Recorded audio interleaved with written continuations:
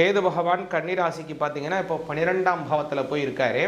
பொதுவாகவே 12 கேது கர்ம சாவழியம் அப்படின்னு பேர். அதற்கு சில பேர் பொதுவாகவே ஒரு ஜனன ஜாதகத்தில் 12ல் கேத்து இருக்குது அப்படின்னா அது என்ன சொல்லுவாங்க அப்படின்னா மோட்ச ஜாதகம் அப்படின்னு சொல்லுவாங்க.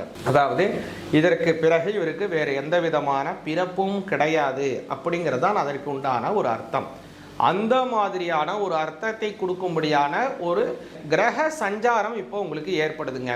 சரி, இந்த கிரக சஞ்சாரம் உங்களுக்கு என்ன நன்மையை தரும் அப்படின்னு கேட்டிங்கன்னா, உங்கள்கிட்ட இருக்கக்கூடிய சஞ்சித கர்மாக்களாகட்டும், பிராரப்த கர்மாக்களாகட்டும், ஆகாமி கர்மாக்களாகட்டும், எல்லா கர்மாக்களிலிருந்தும் உங்களை பரிபூர்ணமாக விடுதலை செய்வார். அதனால் தெய்வ வழிபாடுகள் நல்லபடியாக இருக்கும்.